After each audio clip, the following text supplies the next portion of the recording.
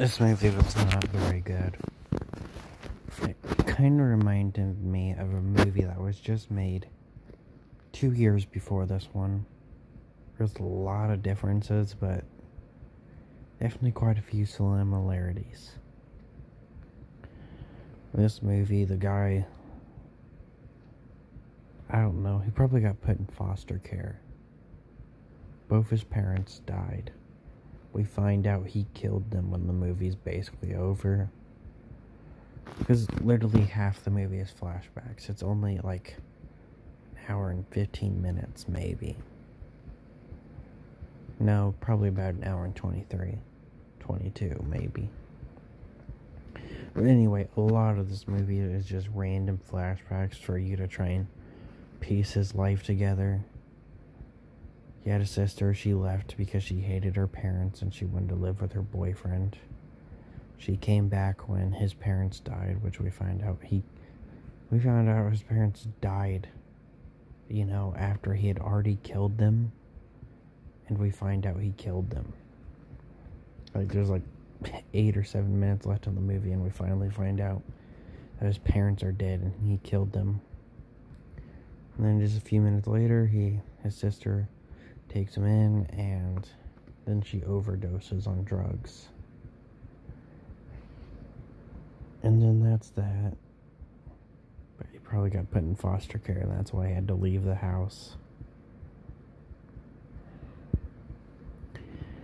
Anyway, the whole plot of the movie is he lost a house, and he wants it back. He's got a lot of money, which is a big part of the Intruder 2019. And in the Intruder, the movie that I felt a lot like this movie, guy sells the house for a lot of money, but he ends up wanting it back because he just has too many memories there. We find out he killed his wife and he was a crazy dude, and his daughter just took off and changed her name because she didn't want to be around him. A lot of crazy stuff with him. Found out he was living in the house. He did a lot of bad stuff.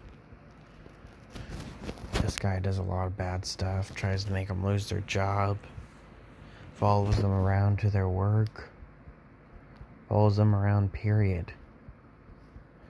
And that's what this guy does in this movie, and what the guy in Intruder does. Anyway, to speak about the actual movie, they get a little montage of a few people trying to, get the house. There's one girl that they don't really like, so she just sends her away.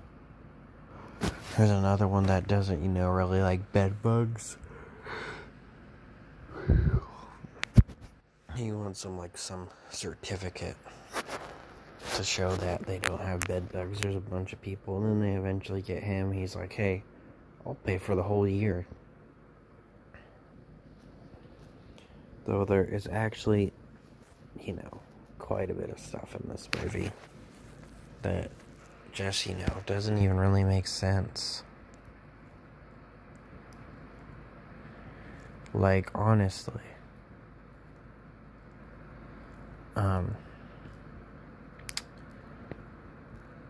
I don't know why there wasn't, cameras in a bar. Quite a bit of other stuff, too. But anyway, to just sum up this terrible movie,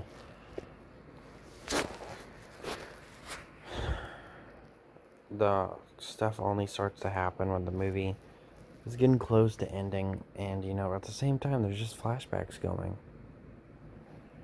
About 30 minutes left of the movie, they finally are like, yep, he's a bad guy. He does some creepy stuff, some off-putting stuff, some stuff, that's a bit rude. But we don't actually get to see him be creepy or any of that until there's 30 minutes left. Goes to a bar, puts some glass on the drink, almost kills somebody, tears up paintings. breaks into their house, and then, now we're at the final act of the movie. That's it. It sucks. It's not really good. And it also kind of has, what Intruder had. Intruder had the guy that sold the house fell in love with the woman of the house, the wife. And in this one, it kind of seems like he likes her, but it's never really said. He's perfectly fine with beating the shit out of Ben, but with the girl, he just doesn't even get a chance to beat her up.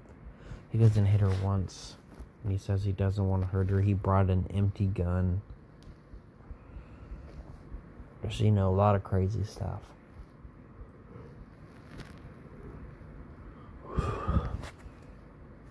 But yeah, this movie was not good.